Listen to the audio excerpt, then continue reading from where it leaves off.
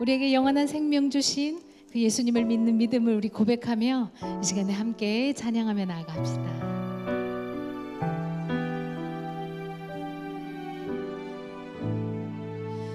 계절은 흐르고 꽃은 피고 져도 시들지 않은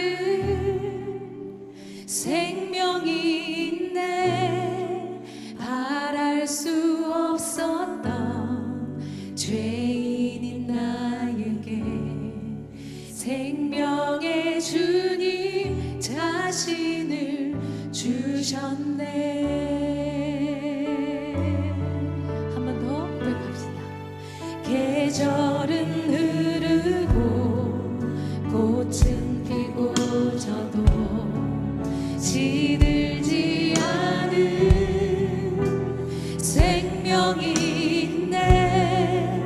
바랄 수 없었던 죄인인 나에게 생명의 주님 자신을 주셨네. 나의 삶은 내 주 예수의 것이니 내 생명 다해 예수로 살림. 내 모든 것 내 주 예수의 것이니 내 전부 되신 예수로 살림.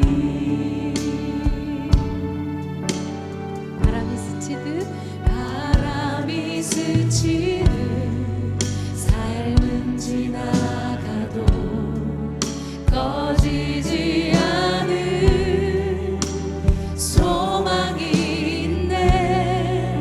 그 길을 떠나서 헤매는 자들이 주를 찾도록 나 살길 원하네. 나의 삶은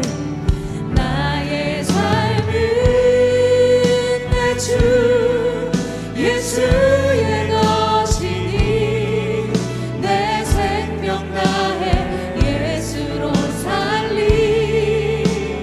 내 모든 것 내 주 예수의 것이니 내 전부 되신 예수로 살림. 그런즉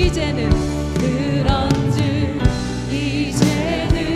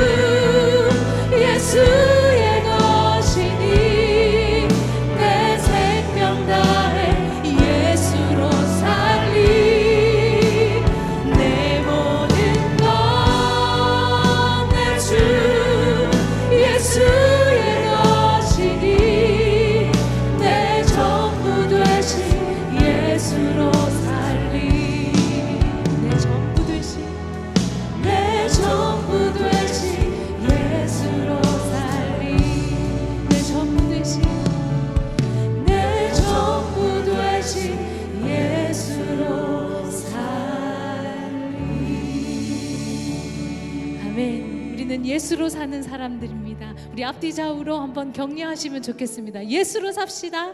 예수로 삽시다. 우리 예수로 삽시다. 우리 그 자리에 함께 일어나셔서 우리 기쁨으로 박수 치면서 같이 찬양합시다.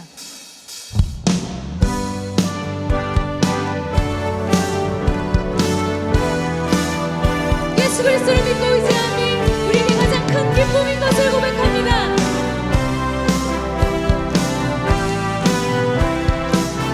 구주 예수 의지함이 구주 예수 의지함이 심히 기쁜 일일세 영생 허락 받았으니 의심하주 없도다. 예수 믿는 것은 받은 증거 많도다. 예수 귀한 예수 믿음 더욱 구주 예수 의지함이 구주 예수 의지함이 심히 기쁜 일일세 주를 믿는 나의 맘을 그의 피에 적시네.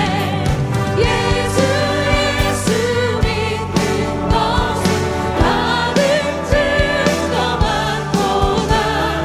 예수 귀한 예수 믿음 더 구주 예수 의지하여 구주 예수 죄악 벗어버리네. 죄악 벗어버리 아멘. 아니 받고 영생 나를 주께 모두어 예수 믿는 것은 받은 증거 많도다. 예수 귀한 예수 믿음 더 구주 예수 의지하여 구주 예수 의지하여 구원함을 얻어내 영원 무궁 지나도록 주여 아멘. 예수 믿는 것은 받은 증거 많도다. 예수 귀한 예수 믿음 더 우리 목소리로 예수 믿는 것은 받은 증거 많도다. 예수 귀한 예수 믿음 더 아멘.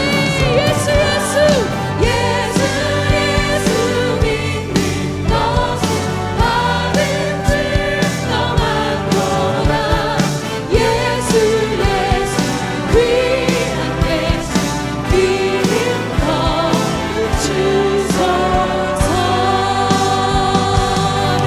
내 영혼이 확정되고 내 영혼이 확정되고 확정되어 싸우니 믿음에 흔들어 주를 바라봅니다. 내 영혼이 확정되고 확정되어 싸우니 믿음에 흔들어 주를 바라봅니다.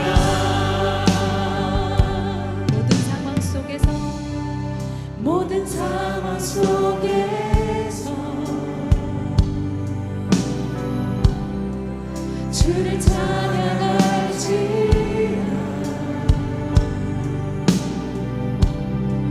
주는 너의 큰 사랑을 큰 도움이시라. 주의 얼굴 구할 때 주의 얼굴 구할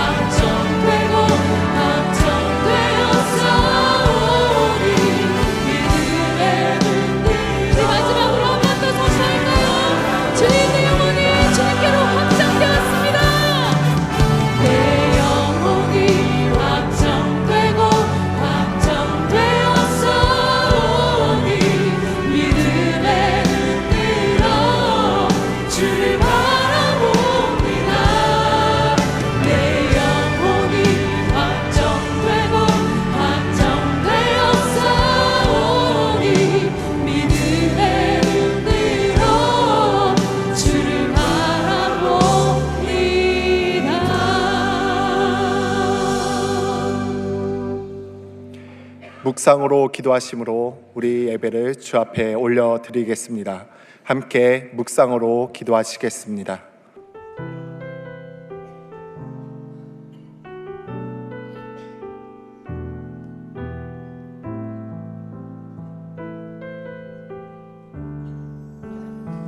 수많은 상처와 실패 속에도 여전히 이곳에 함께 계시네. 한없는 주님의 사랑 내게 점점 부어주시네. 그 어떤 누구도 끊을 수 없고 그 어떤 절망도 막을 수 없네. 오 주님, 나의 주인 예수 그리스도 오직 주님만을 바라봅니다. 주님께 영광을 돌려 가장 귀하신 왕께 경배를 드립니다. 온전히 비교할 수 없는 신실한 사랑 주의 이름만을 높이옵니다. 주님께 영광을 돌려 가장 귀하신 왕께 경배를 드립니다. 온전히 비교할 수 없는 신실한 사랑 주의 이름만을 높이옵니다. 주의 이름만을 높이옵니다. 가장 귀하신 왕께.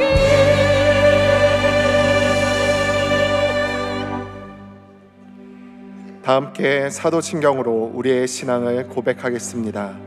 나는 전능하신 아버지 하나님 천지의 창조주를 믿습니다. 나는 그의 유일하신 아들 우리 주 예수 그리스도를 믿습니다.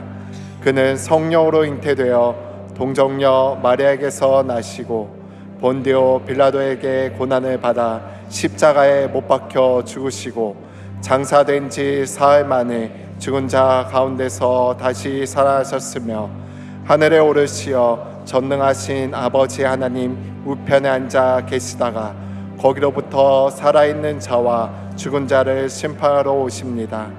나는 성령을 믿으며 거룩한 공교회와 성도의 교제와 죄를 용서받는 것과 몸의 부활과 영생을 믿습니다. 아멘.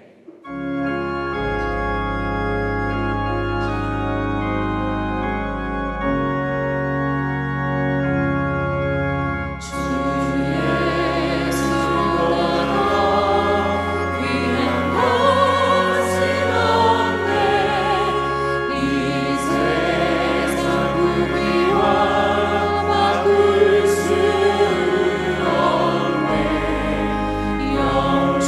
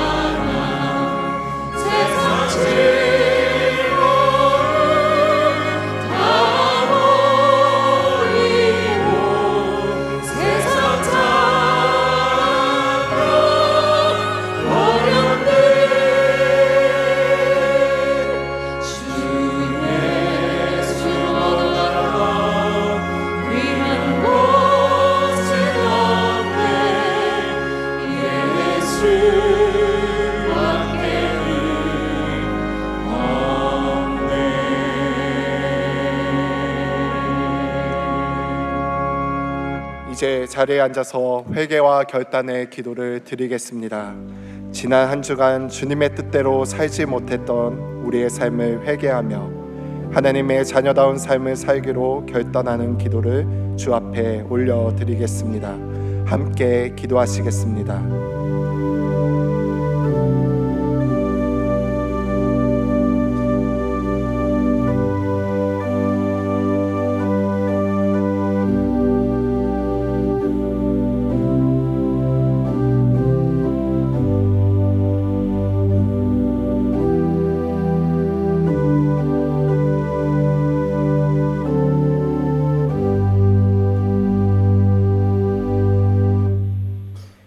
오직 여호와는 참 하나님이시요 살아계신 영원한 하나님이시라.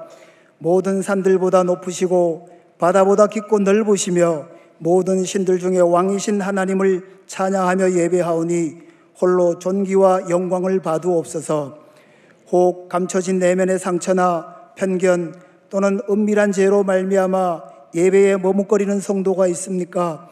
예배 가운데 치유와 회복, 회개의 역사가 일어나 오직 하나님만 바라보며 영과 진리로 드리는 참 예배자 되게 하옵소서.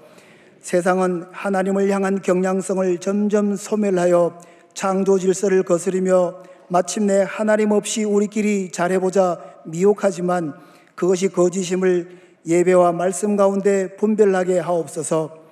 견디기 어려운 일로 잠 못 이루거나 병마와 싸우거나 빈곤의 굴레에 갇힌 또는 엮이는 가족으로 고통받는 성도의 가정을 치유하여 주옵소서. 비전센터 건축이 공정대로 잘 진행됨에 감사를 드립니다. 무엇보다 안전한 가운데 남은 공정도 잘 마무리되어 그곳에 성도와 주민 그리고 아이들의 떠드는 소리로 가득하게 하시고 온 성도의 기도와 헌신으로 그렇게 지어져 가도록 우리의 마음을 이끌어 주옵소서. 유진소 담임 목사님과 함께 아름다운 교회를 만들어가는 것이 곧 성도의 행복입니다. 우리 모두 사역과 목양 공동체에 든든히 매여 아름답고 행복한 호사나 공동체 만들어가게 하시고 평신도 여름방학 동안 쉼과 재충전으로 2학기를 잘 준비하도록 은혜 베풀어 주옵소서. 무더운 여름 국내외 단기 선교팀과 동행하여 그들의 발걸음을 지켜주시고 일평생 수고하신 최홍준 원로 목사님과 장로님 그리고 연로한 어르신들의 건강을 지켜주옵소서.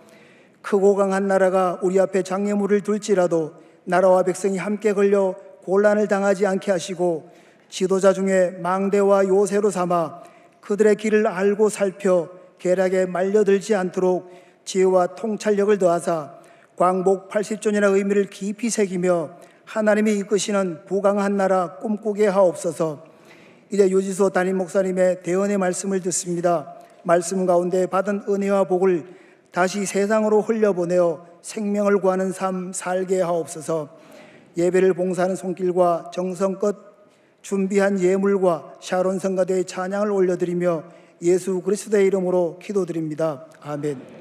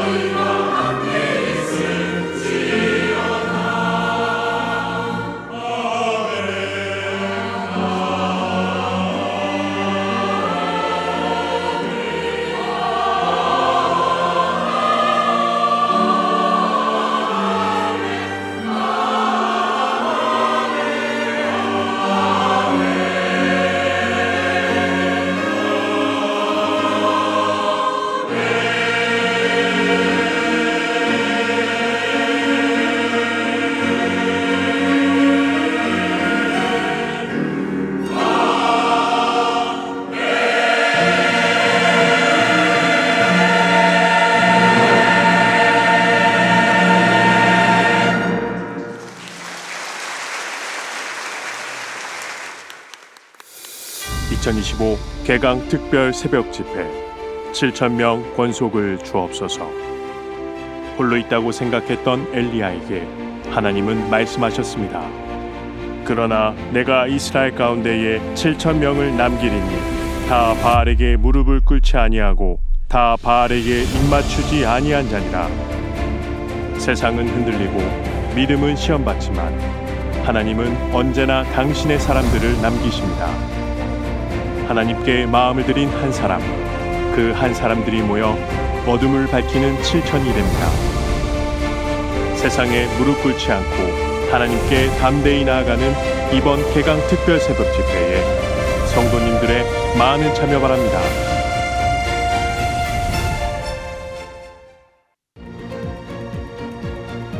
셋째 주 호산나 소식입니다. 오늘 호산나 교회 주일 예배에 나오신 성도님들을 주님의 이름으로 환영합니다. 등록을 원하시는 분은 예배 후 명지는 2층 새가족실에서, 하단은 교역자에게 안내를 받으시기 바랍니다. 2학기 양육훈련 모집을 8월 31일 주일까지 홈페이지와 주보 QR코드 그리고 명지 1층 행정사무실에서 신청받습니다. 79기 중보기도 헌신자를 모집합니다. 대상은 중보기도 학교 및 세미나 수료자이며 8월 24일 주일까지 예배 후 명지 2층 본당 앞에서 신청받습니다. 헤븐리 스테이지 2학기 수강생을 8월 17일 주일 오후 3시부터 27일 수요일 오후 1시까지 주보 QR코드를 통해 신청받습니다. 호산나 선교원에서 교사를 모집합니다. 말씀을 가르치며 함께 성장할 교사들의 적극적인 지원 바랍니다. 이번 주 식당 봉사는 기쁨 마을이며 다음 주는 동산 마을입니다. 이번 주 미꿈소 비전센터를 위한 릴레이 기도 담당은 예담 마을이며 다음 주는 온유 마을입니다. 그 외에는 주보를 참고해 주시기 바랍니다. 8월 17일 주일 3부에 배우신 여러분 환영하고 축복합니다. 교회 소식을 몇 가지 말씀드리겠습니다. 먼저 아까 영상 보셨지만 개강 특별 새벽 집회가 있습니다. 8월 25일 내일부터가 아니고 그 다음 주 월요일부터죠. 월요일부터 토요일까지 이제 우리가 개강 특별 새벽 집회를 하게 되는데, 이번에는 특별히 8월 31일 그날 우리 건축원금을 작정하는 그런 귀한 일이 있어서 그 한 주간을 준비하는 그런 마음으로 기도하려고 합니다. 개강도 준비하지만 또한 그 헌금 작정을 기도로 준비하는 그런 한 주간입니다. 그래서 이번 주제가 7,000명 권속을 주옵소서라고 하는 주제입니다. 이 주제는, 이 제목은 그냥 만든 것이 아니라 우리한테는 너무 중요한 거죠. 왜냐하면 호산나 교회, 그 이제는 세중앙교회였죠. 그 처음 세워질 때, 설립될 때 그때 주신 교회 목표입니다. 7,000명 권속을 주옵소서. 그것을 가지고 한 주간 기도하면서 또한 헌금 작정을 위해서 같이 준비하는 시간을 가지려고 합니다.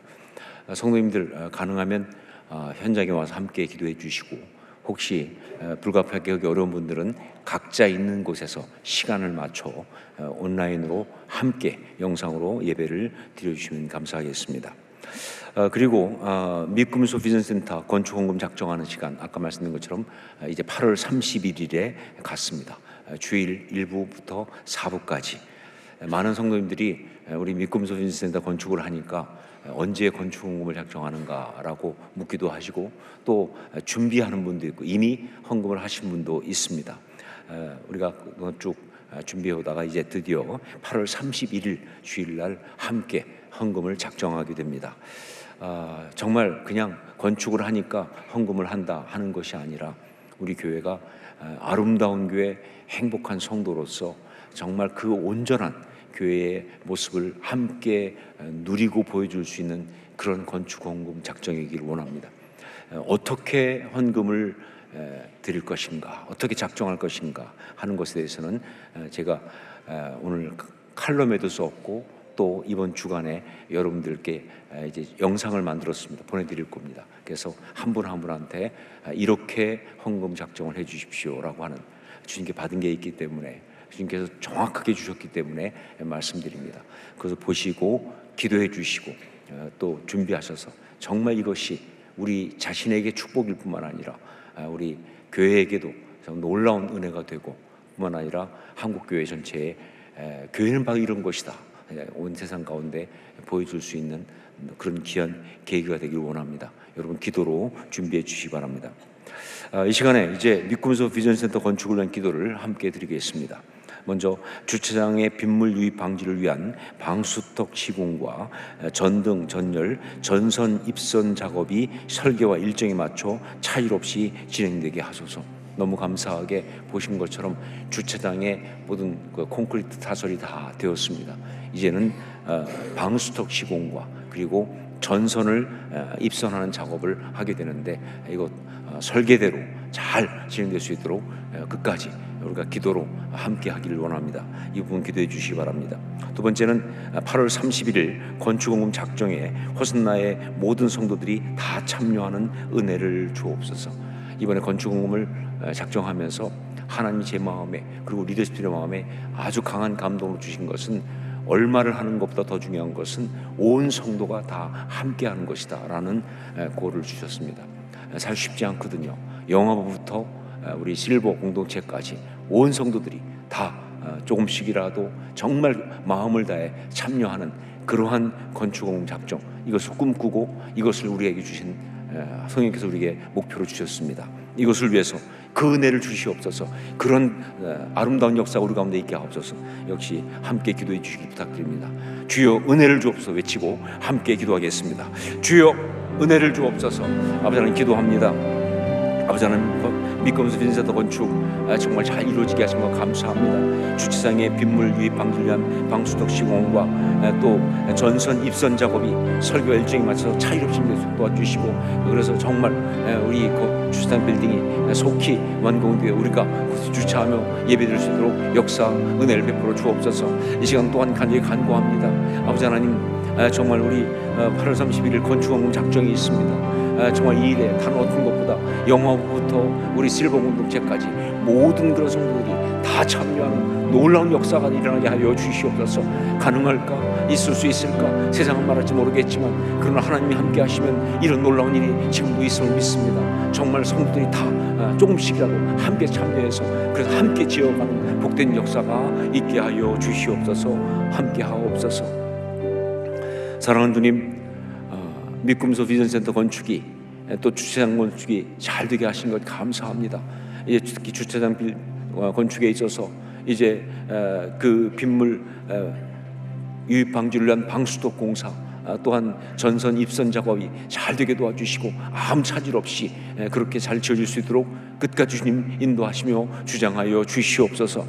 또 주님 간절히 간구합니다. 8월 31일 이제 주일에 저희 온 성도들이 함께 믿음소 비전센터 건축을 위한 헌금 작정을 합니다.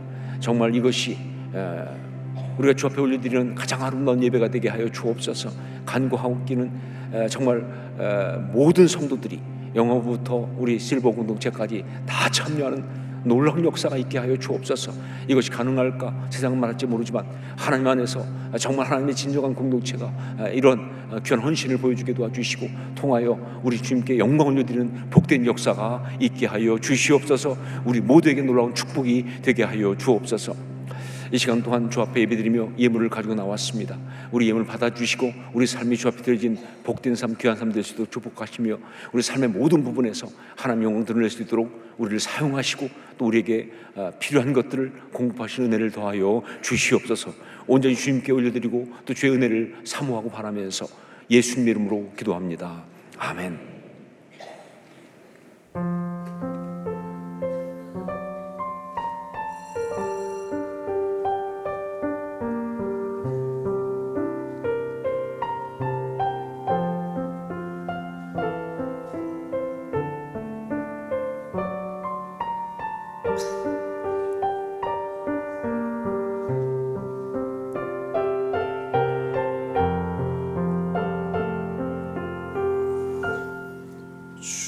나의 이름 부를 때 나의 이름이 존귀케 되리. 주 내가 어딜 가든지 나와 함께 하시네. 주 나의 이름 부를 때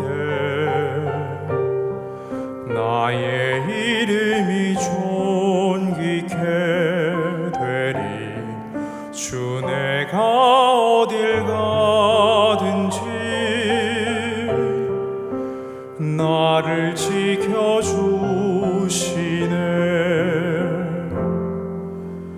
날 써주소서.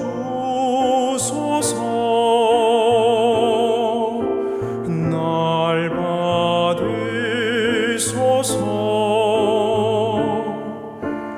내 생명 다해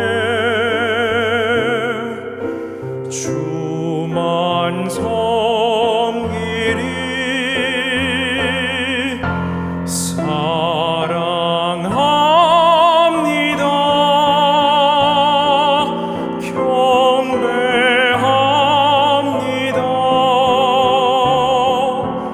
내 생명 대신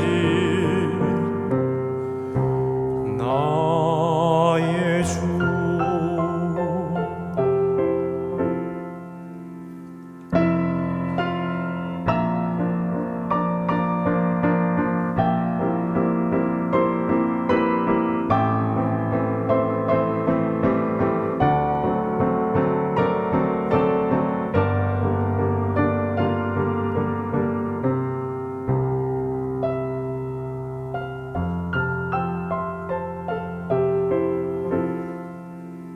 날 써주소서.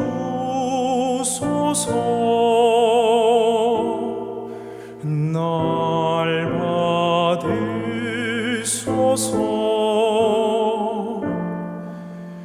내 생명 다해 주만 섬기리.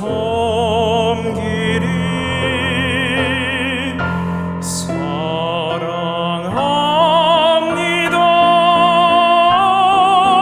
경배합니다. 내 생명 대신 나의 주. 내 생명 대신 나의 주.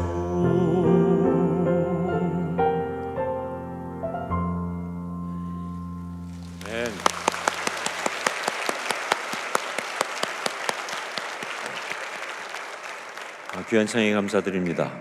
말씀을 함께 보겠습니다. 고린도전서 5장 1절로 13절까지 말씀입니다. 고린도전서 5장 1절로 13절까지 말씀 가운데 7절부터 13절까지를 한 절씩 교독하겠습니다. 제가 먼저 7절 말씀 봉독합니다. 너희는 누룩 없는 자인데 새 덩어리가 되기 위하여 묵은 누룩을 내버리라. 우리의 유월절 양 곧 그리스도께서 희생되셨느니라. 그러므로 우리가 민주를 지키되 묵은 누룩으로도 말고 악하고 악의에 찬 누룩으로도 말고 누룩이 없이 오직 순전함과 진실함의 떡으로 하자. 내가 너에게 쓴 편지에 음행하는 자들을 사귀지 말라 하였거니와 이 말은 이 세상에 음행하는 자들이나 탐하는 자들이나 속여 빼앗는 자들이나 우상 숭배하는 자들을 도무지 사귀지 말라 하는 것이 아니니 만일 그리하려면 너희가 세상 밖으로 나가야 할 것이라. 이제 내가 너희에게 쓴 것은 만일 어떤 형제라 일컫는 자가 음행하거나 탐욕을 부리거나 우상 숭배를 하거나 모욕하거나 술 취하거나 속여 빼앗거든 사귀지도 말고 그런 자와는 함께 먹지도 말라 함이라. 밖에 있는 사람들을 판단하는 것이 내게 무슨 상관이 있으리요마는 교회 안에 있는 사람들이야 너희가 판단하지 아니하랴. 함께 있습니다. 밖에 있는 사람들은 하나님이 심판하시려니와 이 악한 사람은 너희 중에서 내쫓으라. 아멘. 오늘 말씀을 보면서 갑자기 예전에 유행했던 노래 가사 하나가 떠올랐습니다. 그것은 바로 흥보가 기가 막혀, 흥보가 기가 막혀라는 겁니다. 오늘 말씀 내용을 보면 그야말로 바울 사도가 기가 막혀, 바울 사도가 기가 막혀라고 하는 딱 그 모습이 보이죠. 아니, 어떻게 교회가 이럴 수 있는가? 어떻게 성도가 이럴 수 있는지, 정말 바울 사도가 기가 막혀서 어떻게 말을 할 수 없을 정도로 그렇게 뒤집어지고 있는 그런 모습입니다. 자, 그러면 도대체 무엇이 바울 사도로 하여금 이렇게 기가 막혀서 말이 안 나올 정도로 그렇게 뒤집어지게 하고 있는가? 우리 1절 말씀을 함께 읽겠습니다. 같이 읽습니다. 너희 중에 심지어 음행이 있다 함을 들으니 그런 음행은 이방인 중에 모두 없었던 것이라 누가 그 아버지의 아내를 취하였다 하는도다. 그들 가운데 음행이 있는데 그게 무엇인가 하면 아버지의 아내를 취하는 그런 일이 있다는 거예요. 이게 무슨 말이냐? 아버지의 아내라면 그러면 어머니를 말하는 것이냐? 그렇지는 않죠. 그 정도까지는 아닙니다. 성경이 여기서 어머니라고 쓰지 않고 아버지의 아내라고 한 것은 친모가 아니라 계모이거나 혹은 서모를 말하는 것이죠. 하지만 그렇다고 해도 이건 정말 있을 수가 없는 죄악이죠. 바울 사도가 오죽하면 이방인 중에서도 없는 것이라 라는 표현을 썼겠습니까? 교회는 도덕과 윤리를 추구하는 그런 곳은 아니지만, 그러나 이 세상을 창조하시고 이 세상을 통치하시는 하나님의 자녀들의 모임이기 때문에 어떤 경우에도 세상보다는 더 거룩하고 세상보다는 더 깨끗해야 한다 하는 것이죠. 그 도덕적인 기준이 세상보다 반드시 높아야 하는 거예요. 그게 교회죠. 그런데 이것은 심지어 이방인 중에서도 없는 것이라. 이 세상 사람들도 그렇게 하지 않는다 그 말이에요. 그런 죄악을 교회가, 성도가 저지르고 있다는 것입니다. 그러니까 바울 사도가 기가 막히지 않을 수가 없죠. 자, 그런데 더 기가 막힌 것은 그 다음입니다. 우리 2절 말씀을 함께 읽겠습니다. 2절 같이 읽습니다. 그리하고도 너희가 오히려 교만하여져서 어찌하여 통한이 여기지 아니하고 그 일 행한 자를 너희 중에서 쫓아내지 아니하였느냐. 그런 죄를 범하고 있다는, 그런 죄악을 범하고 있다는 것보다 더 기가 막힌 건 뭐냐? 교회 공동체가 그 죄악을 통한이 여기지 않고 용납하고 있다는 거예요. 받아주고 있다는 것입니다. 교회의 도덕적인 기준과 영적인 기준이 너무 떨어져 가지고, 그래서 그런 죄악에 대해서 아예 문제의식조차가 없는, 그럴 수 있는 거 아니야? 사람이라는 게, 인간은 다 그런 거지 하고 그냥 다 용납하고 있는, 정당성을 부여해주고 있는 이런 사실이 문제가 되는 것이죠. 자, 여기서 우리가 한 가지 반드시 봐야 될 것이 있습니다. 이거 자칫 잘못하면 처음 사랑을 버렸다라고 책망받으면서 촛대를 옮기시겠다고 하는 그 무서운 말씀을 들었던 에베소 교회의 그 함정에 우리가 빠질 수가 있어요. 에베소 교회의 그 함정에 우리가 빠질 수도 있다. 이건 결코 죄 지은 자들에 대한 정죄와 단죄를 말하는 것이 아니에요. 우리가 아무리 예수 그리스도를 주로 믿고 거듭난, 그래서 새로운 피조물 된 성도라 할지라도 우리는 그래서는 안 되지만 여전히 실족하고 그리고 범죄할 수 있는 그런 연약한 자들 아니냐 한 말이죠. 우리는 그런 자들이다. 우리가 육신을 입고 이 땅에 있는 한 그럴 수밖에 없는 그런 자들이다. 그런데 그렇게 실족한 사람마다, 그렇게 범죄한 사람마다 다 정죄하고 다 내쫓아버리면 우리 가운데 누가 남아있을 수가 있겠습니까? 그걸 어떻게 교회라고 할 수 있겠느냐 그 말이에요. 어떤 죄를 지었든지, 아무리 흉악한 그런 죄를 지었다 할지라도 그가 그 죄를 고백하고 회개하면 용납하고 받아주고 품어주는 것이 바로 교회 아니냐 그 말이죠. 왜냐하면 우리 주님이 우리를 그렇게 용납하셨으니까, 우리 주님이 우리를 그렇게 받아주셨으니까 그런 거 아니냐. 자, 그런데 여러분, 오늘 말씀은 그거하고는 완전히 다른 거예요. 우선 고린도 교회 안에 있는 그 죄악은 과거에 그런 일이 있었다 하는 것이 아니라 지금 현재 계속되고 있는 죄악입니다. 그 아버지의 아내를 취하였다 하는 이 말에서 이 취하였다라는 이 단어, 이것은 헬라어로 에케인이라고 하는 말인데, 이것은요 현재 능동 부정사예요. 현재 능동 부정사. 무슨 얘기냐 하면은 지금도 계속 행해지고 있는 그런 죄악이라는 거예요. 옛날에 그런 일이 있었다가 아니라 지금도 계속 행해지고 있는 그런 죄악이라는 거예요. 여러분, 죄는 그것을 고백하고 그리고 회개하지 않는 한 언제나 죄는 현재 능동 진행형일 수밖에 없는 게 죄입니다.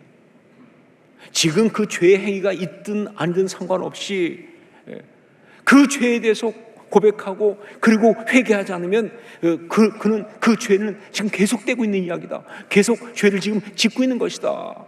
그러므로 교회는 어떤 죄를 지었든지 회개하면 그것을 다 용납하고 품어주는 그런 공동체로서, 또한 당연히 회개하지 않고 지금도 진행하고 있는 그 죄에 대해서는 단호하게 정죄하고 그리고 쫓아내야 되는 거예요.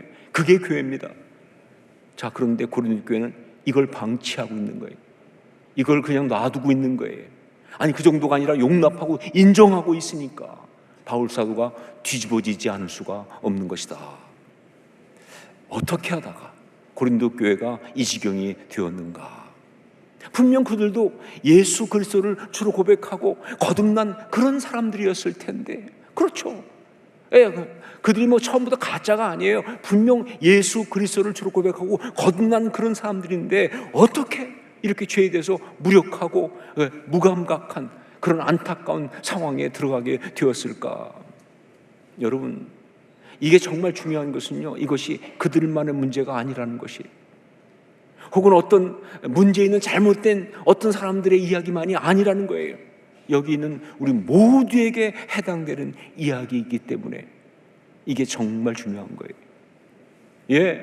우리 모두는 다 이렇게 죄에게 무력하게 당할 수 있는 그야말로 양심의 화인맞은 자가 될 수 있어요. 양심의 화인맞은 자는 특별히 어떤 사람이 아니라 우리가 다 그렇게 될 수 있어요. 우리는요 사심을 받을 수 없는 성령을 회방하는 자가 될 수가 있다, 그 말입니다. 우리가 다. 그러니까 고린도 교인들이 어떻게 하다 그렇게 되었는가 하는 그 이유를 우리는 반드시 알아야 합니다. 그래야 우리가 거기에 빠지지 않을 수가 있으니까. 자, 어떻게 하다가 이렇게 되었는가?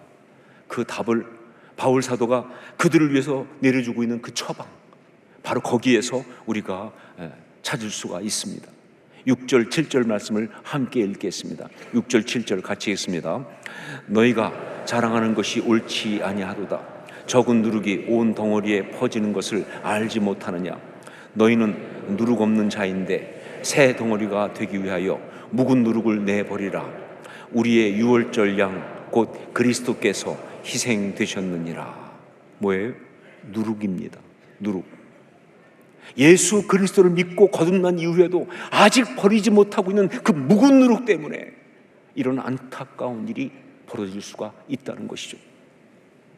자, 누룩이 무엇이기에, 누룩이 무엇을 말하는 것이냐? 그 답을 예수님께서 친히 주셨습니다. 여기 사도 바울이 지금 말하고 있는 것과 같은 의미로 아마 말씀하셨을 거예요. 그 말씀하시면서 친히 그 답을 주셨어요. 마가복음 8장 15절 말씀 함께 같이 읽도록 하겠습니다. 같이 읽습니다. 예수께서 경고하여 이르시되 삼가 바리새인들의 누룩과 헤롯의 누룩을 주의하라 하시니. 사실 여기에서 예수님이 누룩이란 말을 언급하신 것은 그야말로 뜬금없습니다. 어느 정도냐면 들은 제자들도 이게 무슨 말이야? 왜 갑자기 누룩이란 말 하셔? 우리가 떡을 갖고 오지 않은 것 때문에 그런가? 라고 수군거릴 정도로 정말 뜬금없는 이야기를 하신 거예요. 자, 그런데 이때 예수님께서 말씀하신 누룩은 비유로서 영적으로 우리를 변질시키는 것, 즉 죄의 영향력을 말씀하신 거예요. 영적으로 우리를 변질시키는 것, 즉 죄의 영향력, 이걸 누룩이라고 말씀하신 거예요. 동일한 본문을 다루고 있는, 동일한 말씀을 다루고 있는 마태복음 16장 12절에서는 그래서 여기다가 해석을 붙였죠. 교훈이라고. 이건 교훈을 말한다. 자, 그러면 예수님이 여기에서 왜 갑자기 바리새인들의 누룩과 헤롯의 누룩을 주의하라 라는 말씀을 하셨는가? 이걸 이해하기 위해서는요, 이 말씀이 어떤 상황에서 언제 나왔는지를 볼 필요가 있어요. 여러분, 이 말씀은요, 바로 오병이어 기적 이야기 답에 나와요. 또 칠병이어 기적 이야기 다음에 나옵니다. 여러분, 보리떡 5개와 물고기 2마리 가지고 5,000명이 먹고 12광주리가 남은 사건은, 이건 어마어마한 사건이었어요. 예, 보리떡 7개와 물고기 2마리 가지고 4,000명이 먹고 7광주리가 남은 이야기는 정말 엄청난 이야기예요. 이 기적이 일어나면서, 그러면서 어떤 일이 일어났냐? 사람들은 다 뭐예요? 예수가 메시아라고, 예수가 혹시 메시아가 아니야? 라고 하는 생각 때문에 이 생각으로 막 전체가 술렁거리고 있는 거예요. 다 열광하고 있는 그런 상황 속에서 그때 거기에 2가지 반응이 있었습니다. 각각 다른 반응이지만 사실은 뭐예요? 둘 다 죄의 영향력에 해당하는 그런 2가지 반응이었죠. 하나가 뭐냐? 바리새인들의 반응이에요. 이 바리새인들은요, 그런 놀라운 은혜와 역사가 있었음에도 자기 의와 그리고 교만, 그 다음에 율법주의에 빠져서 따지기 시작합니다. 메시아 아니지, 저건 메시아가 할 수 없지, 이건 문제가 있는 거야, 이거는 뭔가 잘못된 거야, 왜 메시아라고 하는데 가만히 있어, 메시아라면 어떤 증거를 보여봐야지, 예수님을 힐난하면서 따지고 판단하고 정죄하고 그러고 있는 이 모든 것이 사실 여러분 죄의 영향력이거든요. 여러분, 그건 그냥 하나의 이야기가 아니라 그건 죄의 영향력이에요. 누군가가 따지고 판단하고 그렇게 하기 시작하면요, 스피릿이 다 나빠져요. 사람들 마음이 다 싸나워집니다. 마음이 다 힘들어요. 불편해요. 공동체가 무너진다니까요. 그래서 이걸 갖다 예수님이 뭐라고 하셨느냐? 바리새인들의 누룩이라고 하신 거예요. 이게 바리새인들의 누룩이에요. 여기에 제자들이 감염될 수 있는. 자, 그리고 또 하나는 뭐냐? 군중들의 반응이었습니다. 군중들의 반응. 기적의 떡을 먹으면서 사람들은 그야말로 미쳐 돌아가기 시작했어요. 요한복음에서는 이런 표현까지 썼죠. 그들이 억지로 예수님을 잡아서 임금을 삼으려고 했다. 예수님을 그냥 왕으로 막 그냥 세우려고 하는 그런 굉장한 어떤 그런, 그야말로 사람들이 막 엄청난 어떤 그런 일종의 바람이랄까요? 어떤 그런 것들이 막 일어나기 시작한 거예요.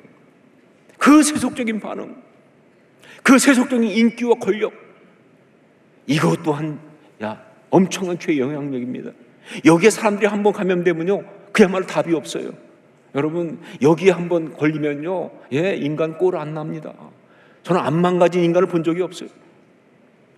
다 거기에 그냥 넘어가면서, 그러면서 다 엉망되는 거예요. 세상에 빠져버리는 거예요. 그래서 예수님은 이걸 갖다 뭐라고 불렀어요? 헤롯의 누룩이라고 부르신 거예요. 그 당시 세상 권력의 대표인 헤롯의 누룩이다라고. 누룩은 바로 이런 것입니다. 우리의 영성과 내면을 변질시키는 죄의 영향력, 이게 누룩이에요. 우리의 영성과 내면을 변질시키는 죄의 영향력. 다른 말로 하면 갈라디아서는 이것을 뭐라고 그랬어요? 육체의 소욕 그랬습니다. 육체의 소욕. 그리고 이것은 창세기 보면요, 가인에게 있었던 죄의 소원, 이게 바로 이거예요. 죄의 소원은 너에게 있으나 너는 죄를 다스릴지니라. 죄의 소원. 자, 그러니까 여러분, 예수 그리스도를 주로 고백하고 하나님의 자녀가 되었다고 하는 것은, 즉 그리스도인이 되었다고 하는 것은 이 누룩을 벗어났다, 그런 뜻이에요. 이 누룩과 상관이 없는 그런 존재가 되었다, 그런 뜻입니다. 누룩이 없는 자인 거예요. 그래서 바울 사도도 오늘 말씀의 7절에 뭐라고 그랬어요? 너희는 누룩 없는 자인데, 그랬잖아요. 너희는 누룩 없는 자인데, 이걸 벗어난 거예요. 자, 그런데 여러분, 이게 절대로 우리가 예수 그리스도를 주로 믿고 거듭나는 순간 우리 가운데 있는 그 누룩이 다 없어졌다, 그 뜻은 아니에요. 여러분, 영적인 세계는 그렇게 되지 않습니다. 제가 내적 치유하면서 많이 얘기하지만 상처, 치유받았다, 아니요, 그런 말은 없어요. 상처가 나는데 어떻게 없어져요? 그게 다만 뭐예요? 치유의 능력 가운데 살아갈 뿐이에요. 그러니까 누룩이 없어졌다는 것이 아니라 사라지고 그냥 나한테 없어진 것이 아니라 여전히 그대로 있어요, 사실은. 하지만 그 영향력이 힘을 쓰지 못한다, 그런 뜻이. 그 영향력이 힘을 쓰지 못하는 그런 상태를 말하는 거, 그게 그리스도인이에요. 예수 그리스도를 믿고 거듭난 성도들 가운데도 그 누룩이 여전히 그대로 있습니다. 다만 예수 그리스도의 그 십자가 능력 앞에서 그게 힘을 쓰지 못하고 있을 뿐이다. 그래서 바울 사도는 이것을 뭐라고 불러요? 묵은 누룩, 이렇게 부르는 겁니다. 묵은 누룩이다. 자, 그런데 어느 순간에 예수 그리스도를 믿고 거듭난 그 은혜 가운데 살아가는 그 사람이라 할지라도 어느 순간에 그 은혜와 영성이 희미해지는 그 순간이 오면 그때 그 묵은 누룩이 다시 죄의 영향력을 발동하기 시작한다는, 이게 무서운 현실이에요.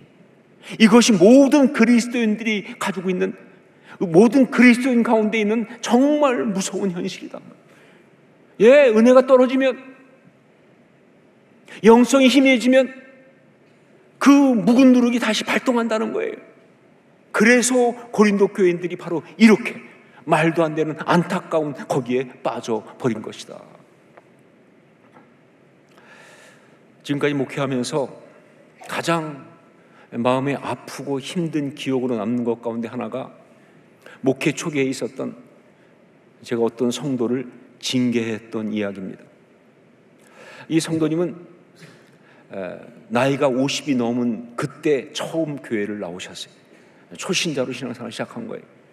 이분은 이민 온 지 꽤 되신 분인데, 여자분인데, 그런데 와서 열심히 나름 돈을 벌었어요. 정말 열심히 살았어요. 자, 그런데 그 물질에 대한 욕망이 아마 강했던 모양이죠. 그래가지고 너무 열심히 벌면서 그러다가 어느 날 이분이 그 당시 이민사회에 굉장히 유행했던 MLM이라고 하는 멀티 레벨 마케팅이라고 하는, 우리말로 번역하면 다단계죠.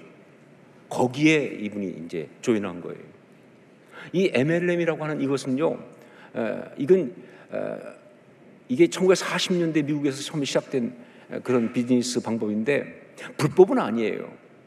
하지만 굉장히 위험한 방법입니다. 왜냐하면 욕망이 너무 커요. 기대치가 너무 커요.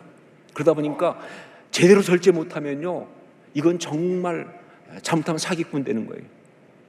아니면 여기에 한번 빠져들어가면 마치 도박 중독에 걸린 것처럼 못 끊어요. 계속 거기에 이게 빠지게 되는 아주 그런 것이 바로 이 MLM이라고 하는 그런 것입니다. 이분은 특별히 욕심이 많은 분이니까 막 거기에 너무 깊이 빠졌어요. 그래가지고 완전히 망했어요. 그래가지고 돈 다 잃고 사람 다 떠나가고 정말 바닥 같은 상황에서 그때 아는 분의 인도로 교회를 나온 거예요. 그래서 정말 교회 처음 나왔을 때 그때부터 마음이 가난하니까 이분이 정말 은혜를 많이 받았어요. 전 기억합니다. 첫날부터 울기 시작하더라고요. 정말 울며 은혜 받으며 그러면서 정말 매주 예배 때마다 눈물을 흘리고 매 예배 때마다 와서 은혜 받고, 그리고 정말 말씀을 들을 때 보면요, 이 스펀지가 물을 빨아들이듯이 그냥 말씀을 빨아들이면서 그러면서 은혜를 받고, 그러면서 이제 교회 등록하고 그 다락방에 들어가니까 그 다락방 성도와의 교제를 너무 좋아하는 거예요. 정말 행복하게, 정말 감사하게, 그 진짜 이 지체들이잖아요. 그러면서 그래서 저를 만날 때마다 막 목사님 너무 감사해요, 너무 행복해요, 그렇게 간증할 정도로 그렇게 신앙생활을 잘하고 있었어요. 그런데 그러던 어느 순간부터 모르겠어요, 처음부터 가짜였는지 아니면 중간에 뭐가 잘못돼서 그랬는지, 영적 훈련을 받지 않아서 그랬는지, 여하튼 이분 가운데 이 묵은 누룩이 발동하기 시작한 거예요. 본인 말은 그래요. 자기가 정말 다락방 가운데 있다 보니까 어느 날 얘기하는데 정말 자기 마음속에 성령께서 그 선교 헌금을 정말 온전히 풍족하게 드리고 싶은 열망을 주셨다는 거예요. 그래서 자기가 어떻게 선교를 드릴까 하면서 다시 이 MLM을 시작한 거예요. 그것도 교인 대상으로. 또 다른 교인들 보니까 다들 정말 도와주고 싶으니까 그분도 돈 벌으라고. 그래서 이제 교인들 상대로 그 다락방 식구들과의 모든 교제 관계를 바로 이 MLM 사업 대상자로 보면서 막 이 사람이 막 하기 시작한 거예요. 이게 문제를 일으켰어요. 교회 안에 굉장히 막 문제가 되면서, 그러면서 막 사람들이 리더십들한테 이야기하고, 제가 그래서 그분을 불렀습니다. 리더십과 함께 불러가지고 절대 해서는 안 됩니다. 그것이 불법은 아니라는 걸 알고 있지만 그러나 교회 안에서는 안 됩니다. 왜? 우리 관계는 성도 간의 관계지 돈 버는 관계가 아니니까. 그렇게 되면 마귀가 역사합니다. 그러니까 하지 마십시오. 당장 그것을 중단하고, 있었던 것이 있다면 다 정리하고, 그러면서 멈추고, 그리고 이 신앙생활을 제대로 해야 된다고. 절대 성도를 금전 어떤 그런 것으로 이용하거나 그러면 안 된다고. 그렇게 제가 간곡하게 말씀을 드렸어요. 자, 그런데 그분이 그 얘기를 듣고 처음에는 뭐 아니라고, 이게 좋은 거라고, 뭐 괜찮다고 뭐 막 그 얘기 하시는데, 제가 알아듣게 설명했어요. 그래서 좋고 나쁘고를 떠나서 우리 공동체 안에는 이거는 안 됩니다. 이건 마귀에게 기회를 주니까 안 됩니다라고 이야기를 했어요. 그랬더니 그분이 알았다고. 그리고 이제 갔는데, 문제는 이분이 마치 그 도박 중독자처럼 못 끊는 거예요. 그게 그래요. 이 MLM을 못 끊어요. 그래가지고 몰래 뒤에서 속이면서 하는 거예요. 그게 몰래 됩니까? 다시 난리 나죠. 몇 번을 그러니까 이건 도저히 더 이상 어떻게 멈출 수가 없는. 그래서 어쩔 수 없이 당연히 그분을 징계할 수밖에 없었습니다. 지금도 그 성도님을 생각하면 너무나 마음이 아프고 정말 안타깝고 아쉽습니다. 가난한 마음으로 교회에 와서 처음에 예수님을 믿고 그렇게 은혜 받고 행복했던 그 모습이 눈에 선하기 때문에 너무 안타깝고 너무 아까워요. 자, 그러면서 정말 다시 한번 두려운 마음으로 경각심을 갖게 되는 것이 바로 묵은 누룩이에요. 그 죄성이 얼마나 끈질기고 얼마나 무서운 것인지, 우리가 다시 한번 경계하고 그것을 끊임없이 십자가에 처리해야 하는 것입니다. 바로 이것이 바울 사도가 오늘 우리에게 준 영적인 처방입니다. 묵은 누룩을 내버리라 하는 것이죠. 묵은 누룩을 내버리라. 그렇습니다. 우리가 그리스도인으로 신앙생활하면서 반드시 그리고 끊임없이 해야 되는 영적인 싸움이 있다고 한다면, 영적인 결단이 있다고 한다면 바로 이거죠. 묵은 누룩을 내버리는 것. 이게 바로 십자가 신앙이에요. 자, 그러면 묵은 누룩을 내버리는 것이 구체적으로 무엇을 말하는가? 여러분, 이미 말씀드린 것처럼 누룩은 우리의 영과 내면에 영향을 주는 죄성이잖아요. 그러니까 우리가 신앙생활하면서 그것이 무엇이든 간에 그 죄성이 작동하고 그 죄성이 영향력을 주려고 할 때마다, 그때마다 그것을 주님의 십자가 능력으로 다 단호하게 끊어버리고 처리하는 것, 이게 바로 묵은 누룩을 내버리는 거예요. 구체적으로 말한다면, 여러분, 제가 영적 전쟁에 대해서 얘기하면서 몇 번 말씀드렸지만, 영적 전쟁이 우리 가운데 일어나는 주된 네 부분이 있어요. 바로 이 네 부분에서 우리는 묵은 누룩을 내버리는 일을 해야 한다는 거예요. 첫 번째가 뭐냐? 생각입니다. 생각. 여러분, 우리의 생각 속에 묵은 누룩이 있어요. 어느 날 생각이 나는데 그 생각이 사실은 묵은 누룩이야. 그 생각 따라가면 죄의 영향력 아래 들어가는 거예요. 그 생각 딱 쫓아가면 그 망가지는 거예요. 마귀에게 들어가는 거예요. 만약 그런 생각 가운데 묵은 누룩을 봤다, 그러면 그것을 단호하게 십자가에 처리해 버려야 합니다. 생각한다고 다 그냥 따라가면 안 돼요. 이게 정말 중요한 거예요. 어떤 생각들 우리가 금방 알아요. 이 생각은 건강하지 않아. 이 생각은 이건 바르지 않아. 이거는 정말 이건 주님이 원하시는 것이 아니야. 이거 분명히 그거 묵은 누룩이에요. 그것을 십자가에 처리하는, 이게 묵은 누룩을 내버리는 것이죠. 두 번째, 감정입니다. 감정. 아무리 강하게 올라온다 할지라도, 정말 너무 그렇게 느끼고 그렇게 정말 그렇게 할 수밖에 없을 정도로 강한 그런 것이라 할지라도 그 감정이 죄의 영향력 가운데 있는 묵은 누룩이라고 한다면, 어떤 외로움, 어떤 분노, 어떤 그런 억울함, 어떤 뭐든지 간에 그게 죄의 영향력 가운데 있는 묵은 누룩이라고 한다면 단호하게 그것을 거부하고 거기서 빠져나와야 되는 거예요. 여러분, 제가 많이 경험해서 알지만 감정은 그 가운데 있을 때는 못 빠져나갈 것 같아요. 그런데 죄의 십자가 능력으로 딱 벗어나고 보면 아무것도 아니야.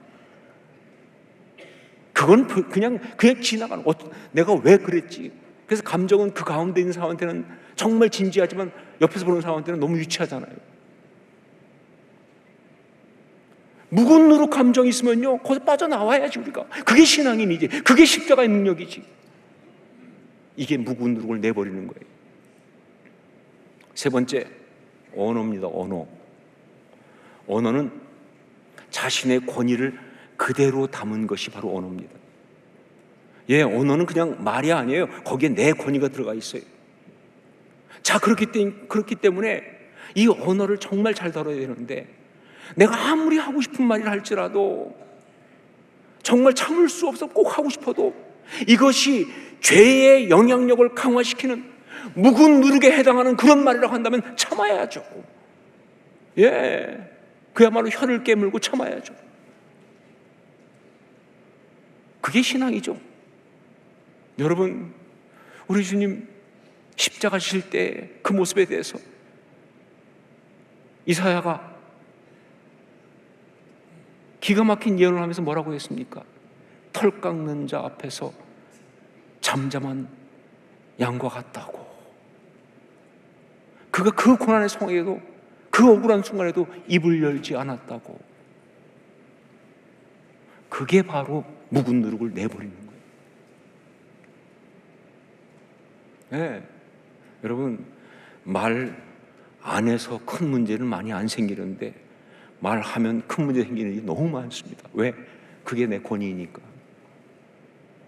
신앙인은 묵은 누룩에 해당하는 언어를 단호히 끊어야 돼요. 이게 묵은 누룩을 내버리는 것이죠. 네 번째, 특히 오늘 말씀에서 이 부분을 많이 다루고 있어요. 사실은 관계입니다. 관계. 어떤 관계는 죄의 영향력을 강화시키는 묵은 누룩의 관계가 있어요. 관계는 다 축복이고 관계는 다 좋은 것일 수 있지만, 그러나 아니요, 어떤 관계는 죄의 영향력을 강화시키는 묵은 누룩, 내 영성을, 내 그 영을 더럽게 만드는 그런 묵은 누룩이 있다, 그 말입니다. 심지어 교회 안에서도. 교회 안에서 관계지만 그 관계 때문에 정말 내가 더 어떤 그런 주님의 사람답지 않은 어떤 추잡한 모습이라든가 추한 것들을 그렇게 생각할 수밖에 없다고 한다면, 그러면 거기에 가입할 수밖에 없다고 한다면, 거기에 그냥 휘말리게 된다면 그 관계는 그건 뭐 묵은 누룩이죠. 유명한 게 바로 교회 안에 파당 짓는 거 아니에요? 왜 교회 안에 파당이 나쁘냐? 그게 묵은 누룩이라 그런 거예요. 정말 추한 이야기들 모여서 그냥 어떤 그런 추한 얘기를 도모하는 그런 것, 그런 거라면 거기 왜 들어갑니까? 모여서 딴 사람 하면서 욕하고 뒷담화하고, 그 관계를 누가 축복이라고 하겠습니까? 묵은 누룩이지. 얼마나 자기가 추해진 줄 알아요? 그런 관계라고 한다면 거기 함께 있으면서 고개 끄덕이면서 그 죄의 모의에 동참하지 말고, 영성 더럽히지 말고, 성경 표현 그대로 발에 먼지까지 털어버리면서 거길 떠나야 되는 거예요. 끊어버리세요. 그게 바로 묵은 누룩을 내버리는 거예요. 묵은 누룩을 내버리라. 이것이 우리가 그리스도인으로 거듭난 새로운 피조물로서 구체적으로 날마다 해야 되는 십자가 신앙의 내용입니다. 우리 영성의 가장 실제적인 부분이다. 언제 하는가? 여러분 말씀 묵상 가운데 날마다 하셔야 돼요. 말씀 묵상 가운데 날마다 하셔야 돼요. 말씀 묵상하면서 거기에서 필요하면 날마다 그 묵은 누룩을 내버리는 일을 해야 돼요. 또한 기도 가운데 날마다 해야 합니다. 기도는 그게 기도죠. 내 소원 아래가지고 그래서 응답받는 거 아니요. 진짜 기도는 그것이 아니라 정말 기도하면서 주님 임재 앞에서 내 속에 있는 그 묵은 누룩들을 다 내던지는 그게 기도죠. 기도 가운데 그게 능력 있는 기도고요. 그리고 예배 가운데 날마다 예배드리러 오면서 찬양하면서 그 예배 가운데 정말 내 안에 있었던 그 걱정, 근심, 두려움, 각종 묵은 누룩들을 주의 능력으로 다 집어던지고, 그래서 예배 끝나고 나갈 때는 성경이 말한 것처럼 외양간에서 나온 송아지 같이 그렇게 기쁨을 뛰어나가는 그런 은혜가 우리 가운데 있어야 할 줄 믿습니다. 그게 묵은 누룩을 버리는 거죠.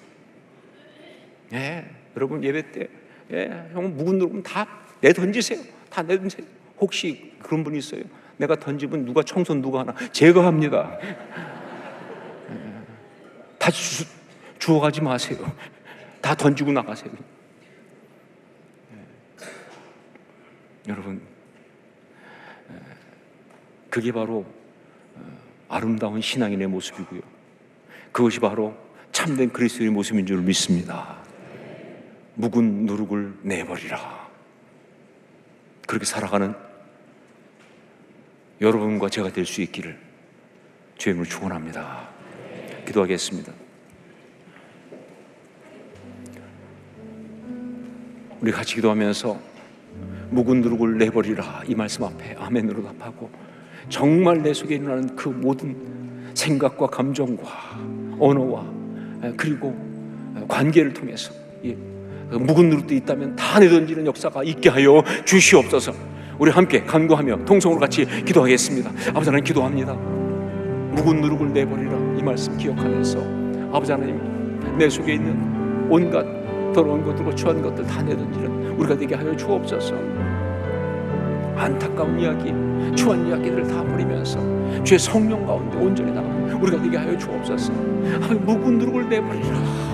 아버지 하나님, 정말로 제가 생각 속에, 감정 속에, 아버지 하나님 언어 가운데, 아버지 하나님 정말 주님 관계 속에서 묵은 누룩 내버리기 원합니다.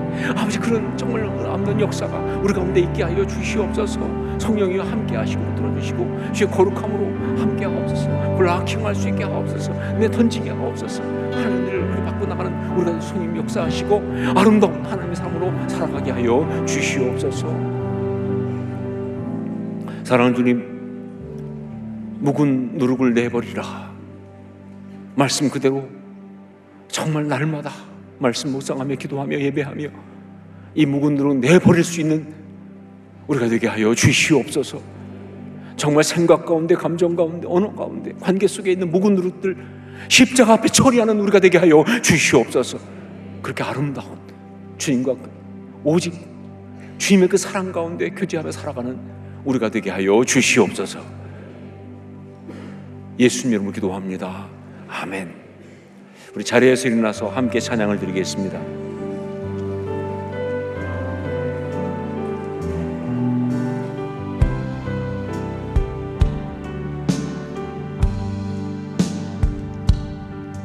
내가 주인 삼은 모든 것 내려놓고 내 주 대신 주 앞에 나가 내가 사랑했던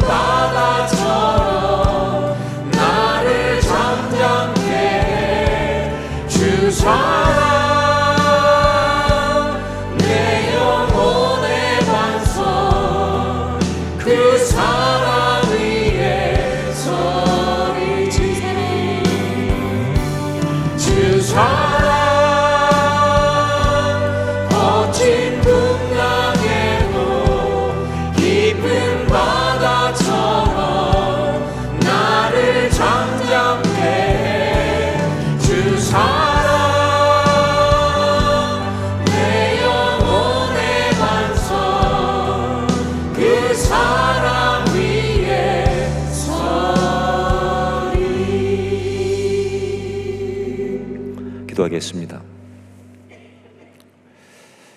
이제는 부활이요 생명 되신 우리 주 예수 그리스도의 십자가의 그 은혜와 하나님 우리 아버지의 한량없으신 사랑하심과 성령의 역사하시며 감화감동하시고 교통교제하게 하심이 오늘 주 앞에 나와서 묵은 누룩을 내버리라 주의 말씀 앞에 아멘으로 답하고 그렇게 아름답게 신앙의 길을 걸어가기로 결단한 주의 귀한 자녀들, 주의 아름다운 사람들 머리 위에 그 힘있는 발걸음 걸음 위에 또한 주께서 피를 세우신 이 교회와 우리 주님 여전히 사랑하시는 이 나라 이 민족 위에 이제부터 영원까지 항상 함께 있을지어다.